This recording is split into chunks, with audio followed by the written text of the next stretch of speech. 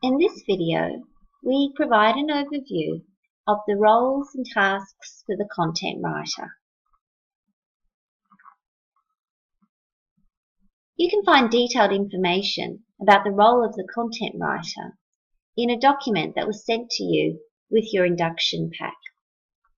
So just as a reminder, you would have been sent a link to a set of folders such as this, and one of those documents is the role description. So I'll just have a closer look at that here in Word. So it provides an overview of what the deliverables are from the content writer. And these could include a unit plan, although normally this is provided by the subject matter expert for the content writer. And it certainly will include a learner guide, a facilitator guide, and assessment tasks. This role description also provides an overview of how you might allocate the standard 30 hours that we engage content writers for a unit of competency.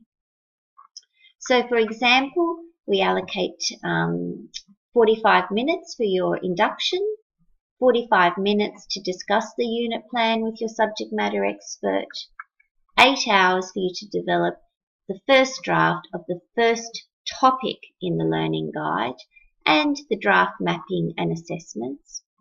And you'll see that there are prompts here of when we might expect this. So if you're working a full-time pattern, it would be on day 5. But of course, this will be confirmed by your project manager. We also identify that you will upload your documents to OneDrive, and you will need to notify your product architects and subject matter experts via email so that they know that your documents are sitting up in OneDrive ready for feedback. And so on. So you will submit a first draft and then a final draft. Ideally, your SME will give you very detailed feedback at this stage, and you'll make the amendments as required and submit all documents for validation. Upon receiving your validation feedback, you can update the material and resubmit it if required. So take the time to review this document. So where to start as a content writer? Well, I would recommend that you review the examples. Now these were discussed in a previous video, but just to recap, you would have been provided a link to an examples document. So they'll provide examples to existing learner guides and online product. You should review and discuss the unit plan with your subject matter expert. You should review the templates that are provided, and most definitely spend a little bit of time reading the content writer's guide. So let's discuss these in a little bit more detail. So the unit plan is provided to you by the subject matter expert, or in some cases you may have been engaged to develop the unit plan and your subject matter expert will endorse it. There's a separate video for the unit plan that goes into it in greater detail. But in brief, it provides suggestions of the topics that you might include in the learner guide, the activities in the learner guide, and then what the accessible tasks are and any resources that might be relevant. And it maps these to performance criteria, critical aspects, and so on. The unit plan is intended to be an initial starting point or a guide for the content writer. It provides a method for the subject matter expert and the content writer to collaborate and work out the best approach to meet the unit of competency requirements. Of course, much of this might unfold in the writing process itself.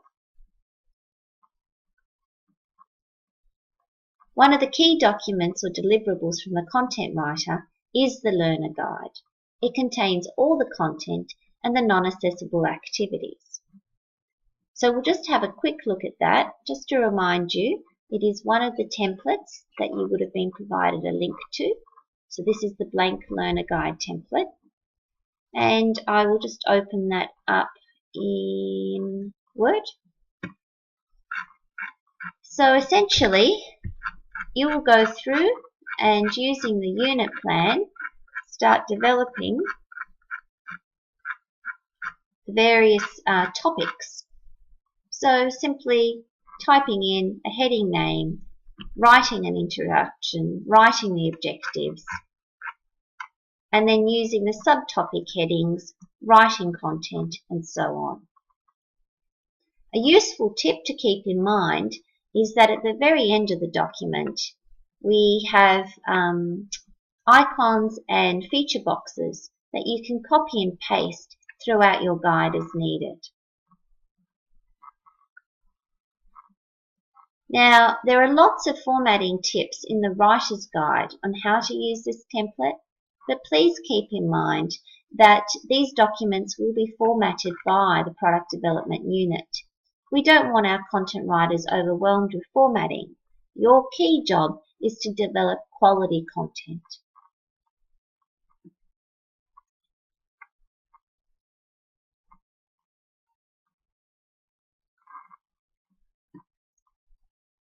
You're also required to develop assessments. And to do that, you will use the TAFE Queensland assessment templates, which have also been provided to you in your induction pack.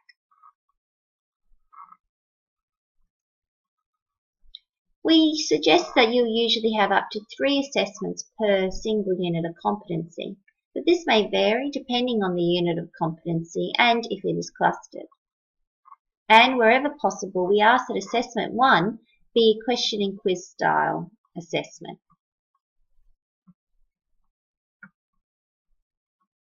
The final document that the content writer needs to produce is the facilitator guide. And once again, the template is provided to you in your content writer's pack. Now, the facilitator guide will contain all the sample answers for the assessments. So, this is a guide for the teacher to use. It will also contain a mapping matrix, which will provide reassurance to the teacher that the assessment has been mapped to address the various elements, critical aspects, and so on of the unit of competency. A handy tip for this is to do the mapping matrix initially and write your answers as you go along in the facilitator guide, but do a sort of final update and format just before validation.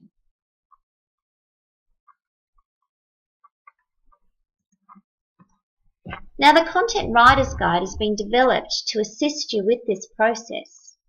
It's quite a detailed document, so suggest that you have an initial skim to familiarise yourself, and then as you need, you can return to specific sections. You can see from this snapshot of the contents that it begins by providing detailed information on the unit plans, on the examples, on the templates, and how you can submit your work. So let's have a detailed look at the Content Writer's Guide.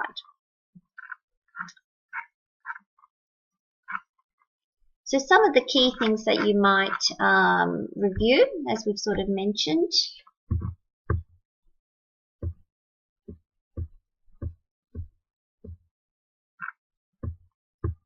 are how the unit plan is intended to work,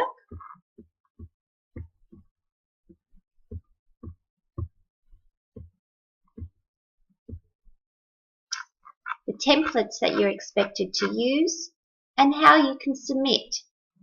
There is an additional video that you can watch on that particular aspect.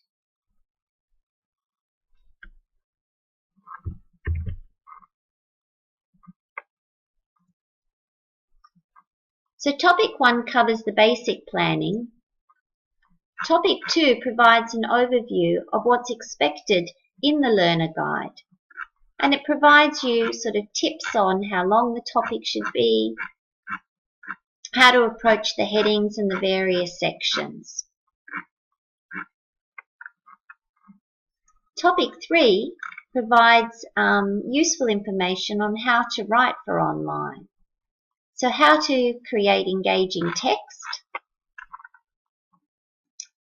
how you might use the icons and feature boxes, and how you might approach collecting and using images and video assets.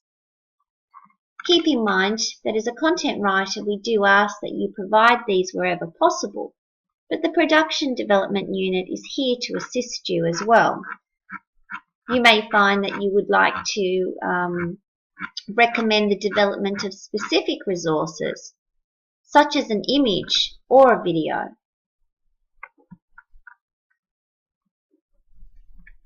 Topic 4 provides an overview of the learning activities. Now, these are the non-accessible learning activities in the Learner Guide.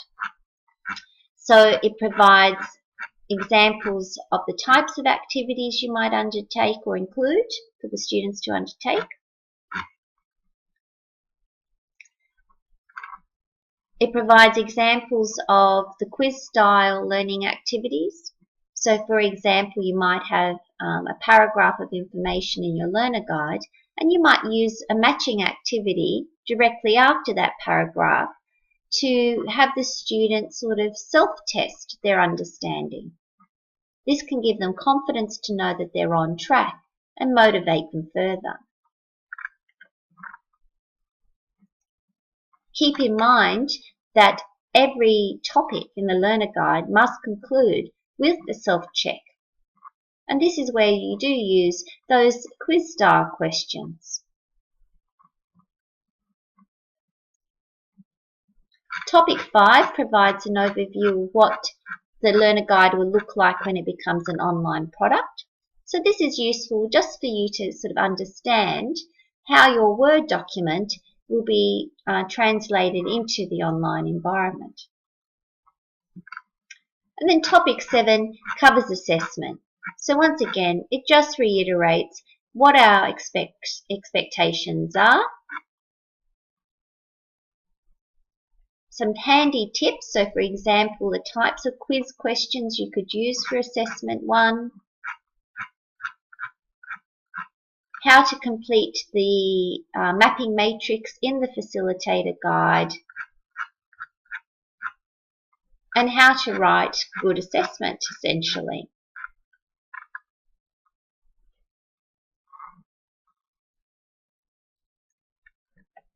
So do take your time, as I've mentioned, to have a look at the Content Writer's Guide in brief, and then if you have any specific questions, hopefully you can find the relevant section.